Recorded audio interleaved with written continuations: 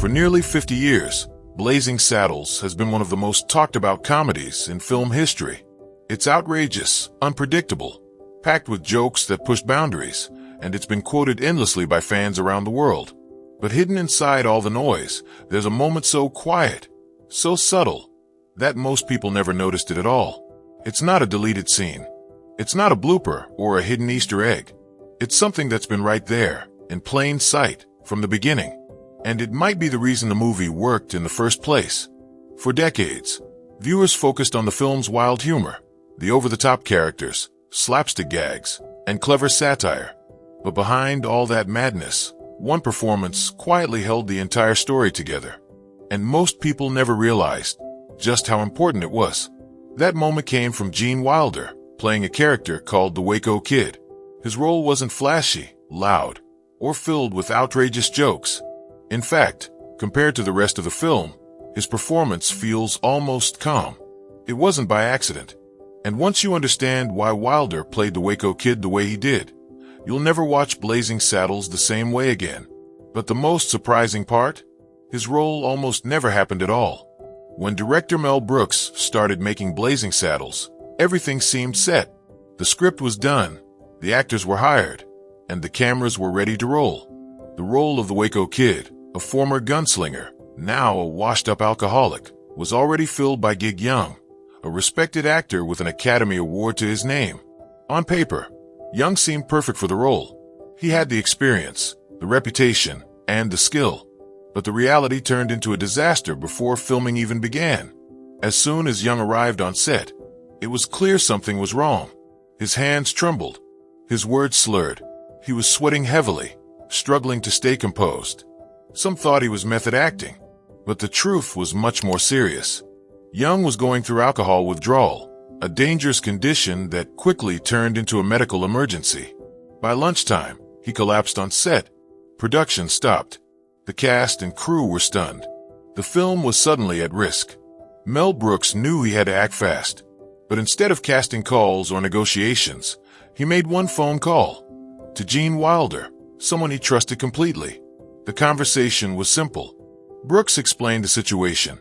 Wilder didn't ask about the script, the money, or even the role itself. His response: "Tell me where to be." Less than 24 hours later, still jet-lagged and unprepared, Wilder walked onto set and into comedy history. But what he did with the Waco Kid wasn't just a quick fix. It reshaped the entire movie, and it quietly changed the way people thought about comedy, even if they didn't realize it at the time. Gene Wilder stepped onto the set of Blazing Saddles with no rehearsal, no preparation, and almost no sleep. By all rights, it should have been a recipe for disaster. But within hours, he wasn't just covering for a failed casting decision. He became the Waco Kid in a way no one expected. But here's the part most people overlook. Wilder made a very specific choice before filming a single scene. He told Mel Brooks, "I'll do it, but I'm not playing him for laughs."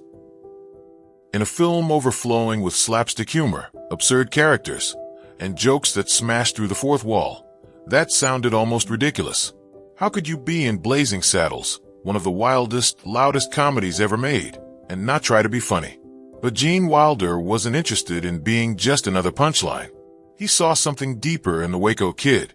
This wasn't a character meant to be outrageous. The Waco Kid was broken, an aging legend, once the fastest gun in the West, now burned out, hiding behind alcohol, and carrying the weight of his regrets. Wilder saw the sadness beneath the surface, and that's exactly what he brought to the role. Just watch the famous jailhouse scene. The Waco Kid sits in his cell, his hands unsteady, his eyes distant. His voice is low, calm, almost hollow. There's no exaggeration, no big performance. It's quiet, almost too quiet for a film like Blazing Saddles. But that stillness, that restraint, it's exactly what saved the movie. Mel Brooks later admitted that without Wilder's calm, the film could have spiraled into total nonsense. It needed an anchor, someone to slow the chaos down and give the story a little weight. And that's exactly what Wilder provided. While the rest of the cast leaned into the madness, Wilder played it differently. His Waco Kid wasn't part of the ridiculous world. He was the tired outsider, the one person who seemed aware of how absurd everything had become. It wasn't by accident. It was personal. Behind the scenes, Wilder was known for being thoughtful, even quiet. He wasn't loud or showy.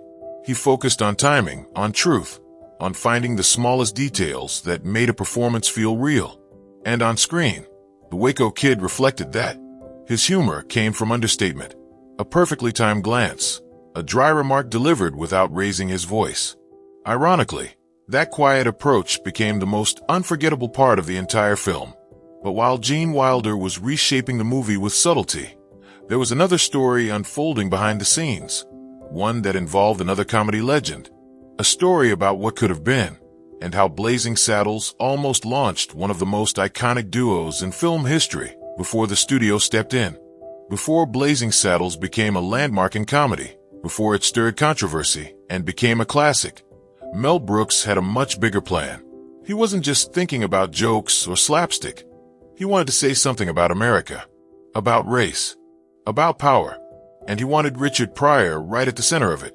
At the time, Richard Pryor was one of the boldest voices in comedy. His stand-up wasn't just funny. It was raw, fearless, and brutally honest. He talked about race, inequality, and hypocrisy in ways that made people uncomfortable and made them think.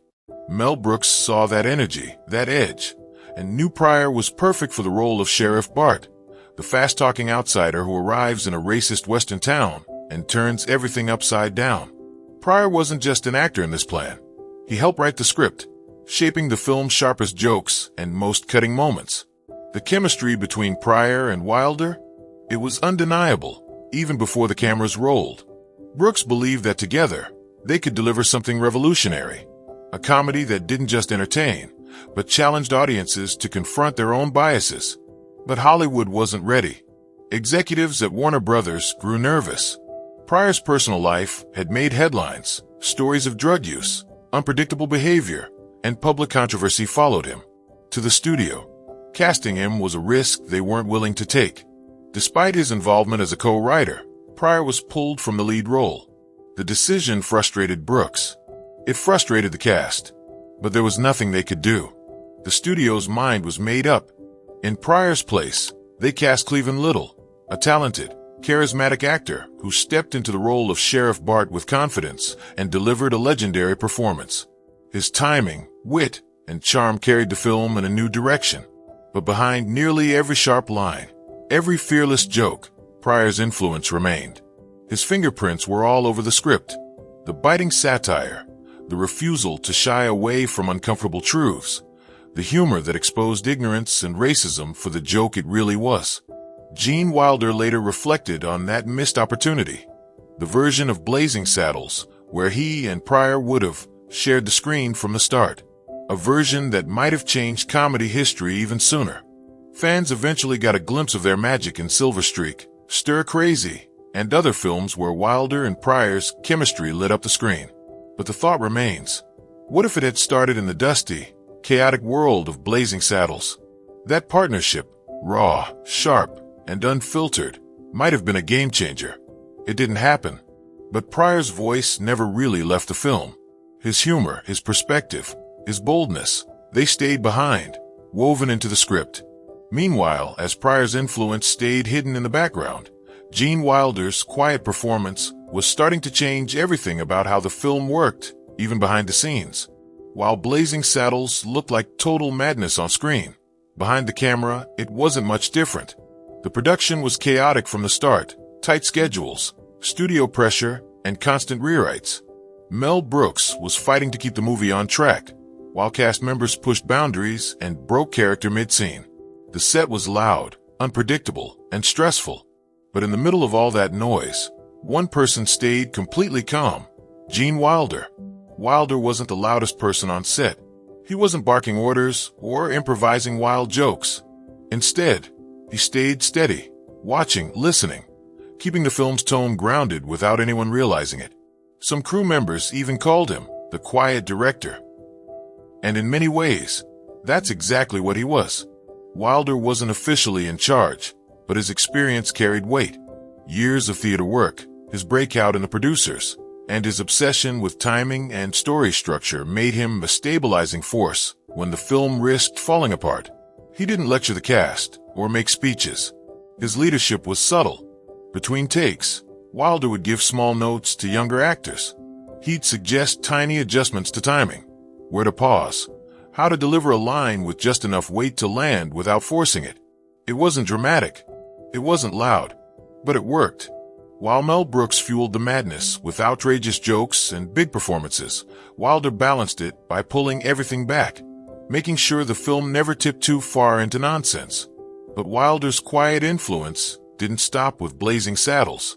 In the middle of production, he started planting the seeds for his next major project, an idea that would become one of the greatest genre parodies ever made. During a break on set, Wilder casually pitched an idea to Brooks. What if Dr. Frankenstein's grandson wanted nothing to do with his family's dark reputation, but got pulled into it anyway? Brooks was skeptical at first. He was buried in the chaos of Blazing Saddles, barely keeping the production afloat. A horror comedy parody wasn't exactly on his radar, but Wilder didn't push. He let the idea breathe, quietly sharing his vision when the moment was right. And eventually, that small, quiet pitch turned into Young Frankenstein, a film that would redefine parody and cement Wilder's legacy as one of comedy's smartest voices. It all started in the middle of the Blazing Saddles storm, with Wilder playing the calmest man in the room, both on screen and off. But the quiet way Wilder carried himself on set wasn't just about staying professional. It was personal, because hidden inside his performance as the Waco Kid was a layer of emotion most people missed completely, a quiet sadness buried beneath the humor. And once you see it, you'll never watch the film the same way again. Most people remember Gene Wilder's Waco Kid for the quick jokes, the dry one-liners, and the quiet sarcasm that cuts through the chaos. But beneath the humor, there's something else happening, something much deeper. Wilder didn't just play the Waco Kid as a tired, drunken gunslinger. He played him as a man broken by life, a man who had seen too much, lost too much, and was now hiding behind alcohol and wit to survive. Those shaky hands, that faraway look in his eyes, they weren't just for laughs. Wilder layered the character with real pain, subtle signs of trauma and regret that most viewers never noticed, at least not on the surface. But it's all there, woven into every scene. Watch the jailhouse moment again, when the Waco Kid talks about losing his nerve, about no longer being the fastest draw in the West. His voice doesn't rise. There's no swagger, no bragging. His tone is flat. His expression is empty. It's not nostalgia. It's regret. And suddenly, the funniest character in one of the most outrageous comedies ever made becomes the saddest man in the room. Mel Brooks admitted years later that this wasn't written into the script. That emotional layer came entirely from Gene Wilder's choices. He wasn't just there to chase laughs. He was there to bring depth, to anchor the absurdity with something real. That restraint, that stillness, is what made the Waco Kid unforgettable. In a film packed with exaggerated performances and ridiculous scenes, Wilder's quiet sadness stands out, not because it's loud, but because it's honest. His character feels like a man carrying invisible scars, trying to laugh through them, but never quite escaping what he's lost. Most comedies don't make room for that kind of subtlety, especially not in the 1970s, when the loudest, most over-the-top performers usually stole the spotlight. But Wilder believed real emotion made comedy stronger, that the audience didn't need to be hit over the head with jokes every second. Sometimes, holding back made the funny moments land even harder. And ironically, by refusing to play the Waco Kid for pure laughs, Wilder made him the most memorable character in the entire film. But that quiet sadness wasn't easy to deliver, especially on a set filled with chaos, constant laughter, and cast members struggling to stay in character. Behind the scenes, Wilder's calm delivery created its own kind of chaos, not in the script, but with the people trying to keep the cameras rolling. The Waco Kid may have been the quietest person on screen, but behind the camera, keeping a straight face was the hardest job of all. Gene Wilder's performance as the Waco Kid might have looked effortless on screen, calm, controlled, quietly funny. But behind the scenes, it caused complete chaos. The problem wasn't Wilder forgetting his lines or missing his marks. The problem was everyone else, the cast, the crew, even Mel Brooks, collapsing with laughter before Wilder could even finish a scene. His delivery was so dry, so perfectly timed that nobody expected the jokes to land the way they did. He didn't raise his voice. He didn't make exaggerated faces. But somehow, that made his lines hit even harder. One moment in particular became legendary. You've got to remember, these are just simple farmers, the common clay of the New West, morons. It wasn't delivered like a typical punchline. Wilder said it flat, almost bored, as if he wasn't even trying to be funny. And that's exactly what made it impossible to ignore. Mel Brooks, the director himself, had to be physically removed from the set during that scene. His laughter kept ruining the audio. Camera operators lost focus. Sound technicians couldn't stay quiet. Even Cleveland Little, playing Sheriff Bart, struggled to keep a straight face. And it didn't happen just once. Throughout filming, Wilder's quiet, understated lines threw the entire production into chaos, not on screen, but behind the camera. Crew members have shared stories about entire scenes that never made it into the final film. Some of Wilder's best moments, the deepest, most introspective parts of the Waco Kid's character, were cut. Not because they weren't good, not because they didn't fit the story, but because the crew simply couldn't get through the scenes without breaking down in laughter. Longer, more emotional moments exploring the Waco Kid's past? Gone. The film's fast pace couldn't slow down long enough to fit them in. And anytime Wilder leaned too far into those quiet, vulnerable moments, someone behind the camera cracked. It raises a question fans still debate today. Would those missing scenes have made the film even better? Would they have added more depth to the Waco Kid? Or would they have thrown off the perfect balance between absurdity and heart? We'll never know. But even without those missing moments, Wilder's performance worked on multiple levels. His dry humor pulled audiences in. His hidden sadness kept them invested. And his quiet timing made Blazing Saddles stand apart from every other comedy of its time. Wilder didn't just steal scenes. He reshaped how people saw comedy itself, proving that restraint, subtlety, and stillness could be just as powerful as big, loud performances. But his quiet rebellion didn't stop with how he played the Waco Kid. It carried over into how he handled Hollywood itself, and how he stood his ground when it mattered most. Blazing Saddles wasn't just outrageous on screen. The real battle was happening behind the scenes. From the first day of production, Warner Brothers executives were uneasy. They knew the film was going to be controversial. The profanity, the racial satire, the way it poked fun at American hypocrisy. It made the studio nervous. They wanted control. They wanted the rough edges smoothed out, certain jokes rewritten, entire scenes softened to be more audience-friendly. Mel Brooks wasn't interested in making the film polite, but as the pressure from the studio grew, he wasn't alone in defending Blazing Saddles. Standing beside him, quietly but firmly, was Gene Wilder.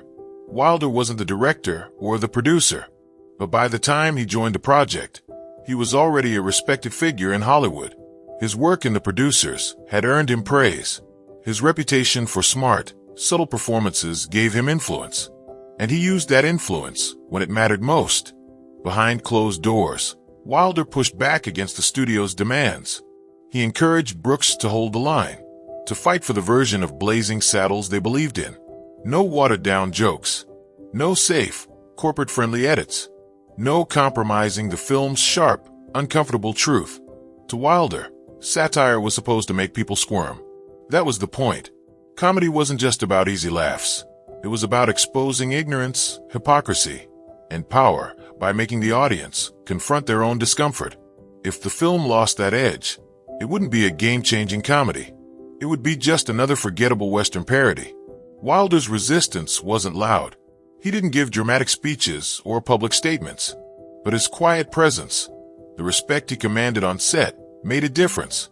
His calm, steady approach gave Brooks the backup he needed to face the studio's doubts. In the end, the studio backed off. The film that broke every rule of polite comedy made it to theaters intact. And it worked. Blazing Saddles shocked audiences.